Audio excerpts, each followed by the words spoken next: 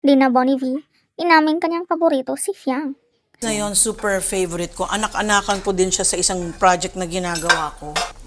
Hindi lang paborito, kundi aniya ay super favorite. Yung guest na yon, super favorite ko. Anak-anakan ko din siya sa isang project na ginagawa ko. Request pala ni na Fiang at GM ang buttered shrimp. Yan.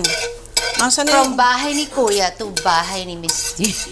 Yes! O siguro naman, meron na kayong clue. From bahay ni Kuya to the house of D.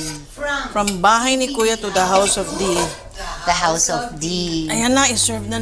Sa mundo ng showbiz, isa si Dina Bonnevie sa pinakamataray na artista. Ngunit hindi masama ang ugali. Sadyang siya ay prangka lang. Here is your most requested buttered shrimps. Makulit man si Alex Gonzaga, hindi ito umuubra sa kanyang panlasa. Umano ayon sa kanya, isang spoiled brat si Alex na laging narelate sa taping kaya't kanyang kinumpronta. So, that morning, late na naman siya. So, nagpipigil na kami noon. Parang, umuusok na lahat sila. I'm gonna walk out of this set. If you don't tell her off, ganyan, you better tell her off, di ko na kaya, ganyan, ganyan, ganyan. So, ako ba? O sige, ako lang naman ang may lakas ng loob. So anyway, wala pa akong sinabi, ganyan, ganyan. Hanggang sa lunch break, umalis na naman siya. Pag alis niya, pagbalik niya, basa yung buhok, walang makeup. So we had to wait na naman for another 3 hours bago makapag-take. Syempre, kumukulo na yung dugo ng lahat. Ako naman, sabi ko, kasi may eksena siya, dapat iiyak siya. Parang mami niya ako noon, hindi siya makaiyak. O sabi ko, Alex, you know why you cannot cry? It's because you're not in touch with your emotions. You're very indifferent to your co-workers. You know, honestly, I want to talk to you.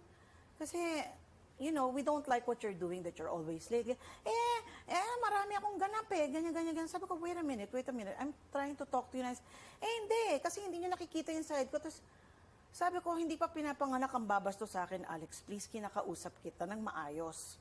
If you wanna stay long in this business, you cannot last kung ganyan ang attitude mo. Na palagi kang late, dito ka pa maliligo sa set, and you know, you cannot even memorize your lines, hindi ka makaiyak. Hindi nagagalit siya kay Nadine kung nauunang umiyak si Nadine. Hindi din niya nagustuhan ang mga bagets o younger artist dahil naging magkamukha dahil sa retoke. Ikaw, anong masasabi mo dito? First of all, ng panahon namin, wala namang mga reto-retoke. Diba? Diba parang you have to be a true beauty, diba? To be a queen. Ay, Lolit, alam mo yan. Kailangan talagang likas kang maganda. Wala pa, hindi pa uso na nung liquid diamond. Wala pang mga ano-ano. So, anong film yung pag nakikita-eksena, may bagets, yung nakikita nyo parang may... Ito, May naka-ano ka, may naka-eksena ka, nakatrabaho ka